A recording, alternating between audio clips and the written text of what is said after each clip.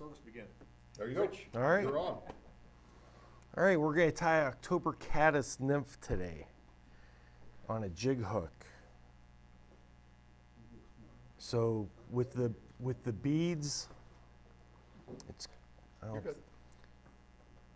we've used these slotted beads before. Just roll it in your fingers and look for the hole. Slide it on, then get it to the eye of the hook.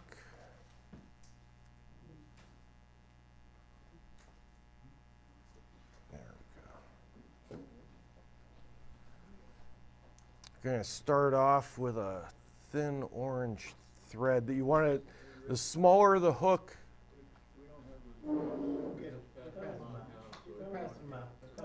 they're coming. Yep. Want to use a light thread. I think I have 10-aught thread on here now. You're probably getting 6 or 8, which will be fine.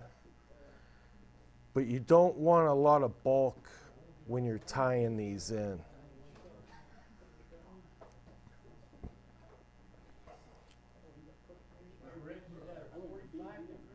Yes, 45-degree bend on a jig hook, on this jig hook. You want to tie in your rib first. You can, I think this is copper, but you can use gold. I like to stick the head or the tip of the wire up in the slot of the bead just to hide it. Yeah. Or get it close. You want to try to keep the wire on the side of the hook, on the side of the shank. If you put all your materials, if this is the shank and you start putting materials on top, then you're going to increase the profile. By keeping it on either side of the hook, you keep that thin profile.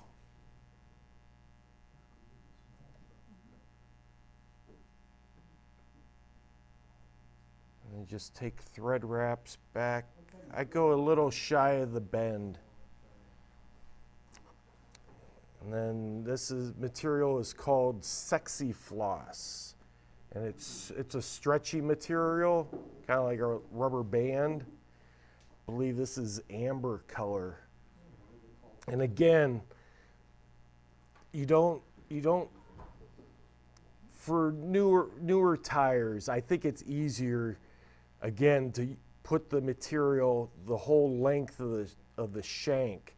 That way you get the same bulk all the way up. More experienced tires can just take a little corner of that at the bend, but you're going to have a little bump there. You're going to go from fat to thin, and so you kind of just don't want to do that. At least I don't. So again, cinch that down. I'm just going to throw some loose wraps on it just to keep it in place.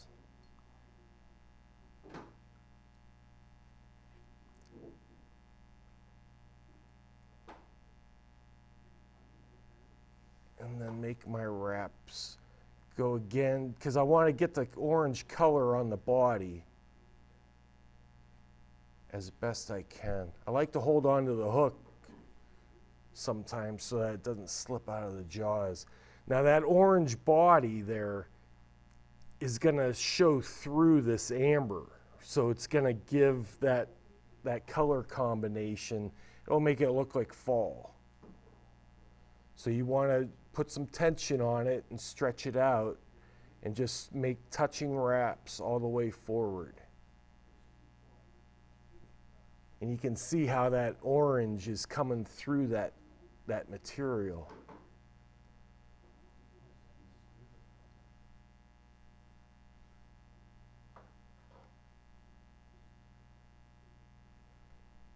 Then I like to leave a little bit of a gap there between where I stop this material and the bead. Again, you just don't want to make a whole lot of wraps to secure things, especially the smaller you go. Like we passed out size 10 and 12 hooks, so those are still kind of big. But where'd my scissors go? There they are, thanks. So again, when you cut the material, you can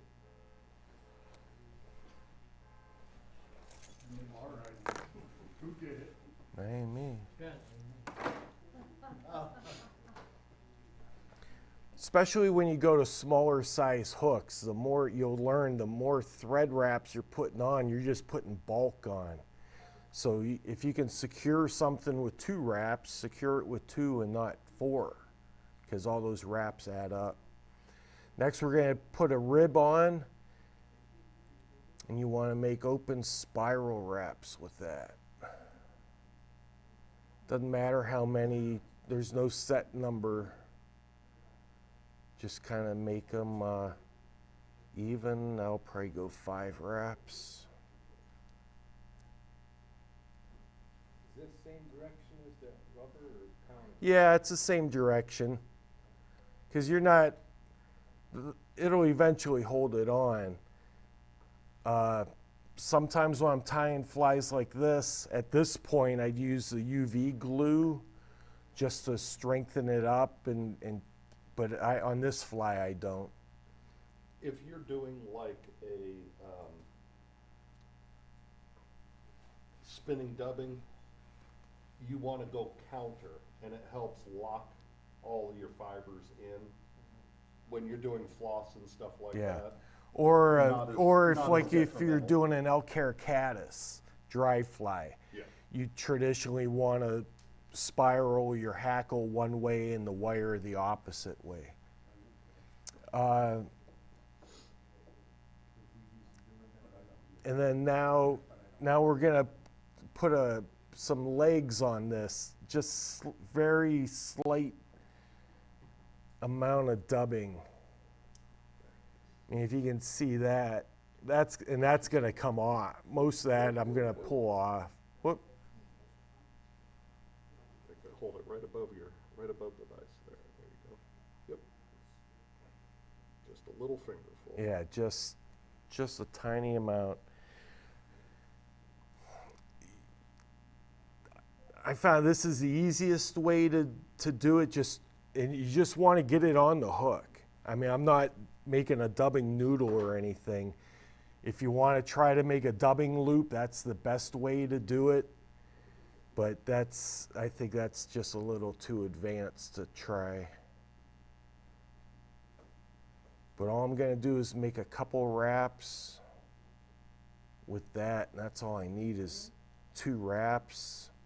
You can stroke that material back, and then now next to the bead, you're going to make a hot spot. So now this is where you just layer that thread right on top of itself.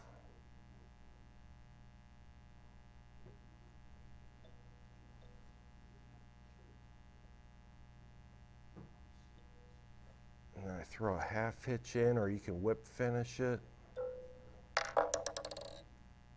And then if whatever glue, I love the UV stuff because it's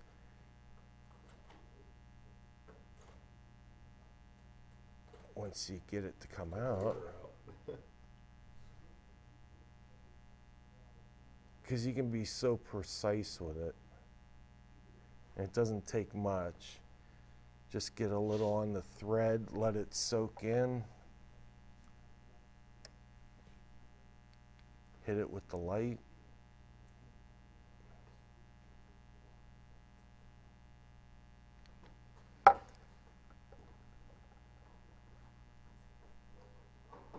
And then I'm gonna want those legs to end at the back of the hook, so you can just stroke that material back. Put your fingers there and just pinch the rest off. That's it. Nice. How do you tell them how to fish it? what I like to do with all my nymphs, and Denny told me this like 5 years ago, to put droppers on, and especially down at the peninsula for like bluegills and stuff like that. So that's why I always have droppers. Now with a little bead like that, you might be able to put it under a size 10 elk hair caddis, but if you tied a fly that had some foam in it, it would be, you could even go a little bit bigger bead, or like a stimulator. You could put a bigger bead on and drop it under a dry. But this, I like using jig hooks instead of just regular nymph hooks, because when you're bouncing off the bottom, that point is going to be up instead of down like a regular nymph hook. So you got better opportunity to snag, get foul hooked. But that's how I just almost every time I throw a dry, I have a nymph dropped under it, unless the water's not deep enough. Like when we were at Broken Straw, the water was, some areas was like 6-8 inches deep, and the fish probably weren't going to be in that to begin with, but I'm still going to throw a dry fly out there to see. But I didn't want a nymph underneath it, because then you would just definitely be getting hung up. But once we found deeper water, then 2 feet of tippet came out, threw a nymph under the dry, and started getting into the deeper stuff. What's that? 6 sticks. Yeah, I had 3 chases, 4 follows, a nibble, and a bite, but I lost it. Yeah.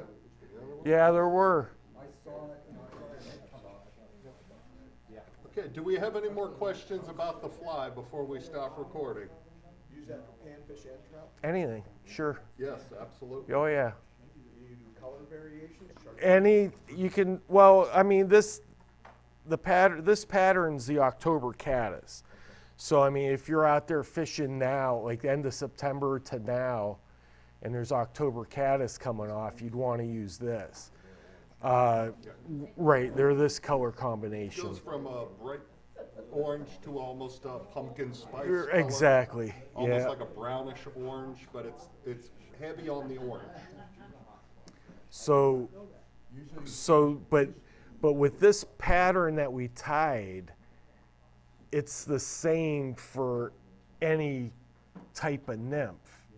If you want to tie a hare's ear like this, you tie it the same exact way. You just use hare's ear. If you want to tie a perdigon, you do it the same exact way, but over the next year, we're gonna be tying a lot of jig hooks and like perdigons and different materials. You could just take a piece of flash instead of that sexy floss. You could just tie a piece of flash on there, wrap that forward, put some dubbing around the collar, and put a hot spot on it and call it a day. You could wrap your rib forward first on the hook, then wrap your flash over the top of that, and it gives it it'll be the same color as the flash, but you'll see the contour from the rib. And then when I tie flies like that, then I definitely use the UV glue over the body, because then it glosses it up, it adds shine, and then it protects it makes it more durable. All right. Any other questions? Yes. Yes, correct.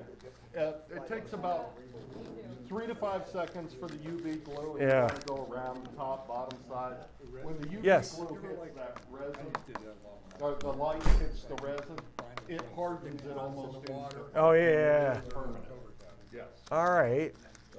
Summarize it real quick, Rich. Yeah. I'm sorry, what? Just give us the list of things to do real quick in order. The All right, attach your thread to the hook. thread, Put the bead on the hook, and then thread. Then the rib goes on first. Then your sexy floss. Wrap the sexy floss forward, anchor and clip, and then palm or open spiral wrap your rib, and then the dubbing, and then finish it off with the hot spot. Excellent. All right, we're stopping the recording now.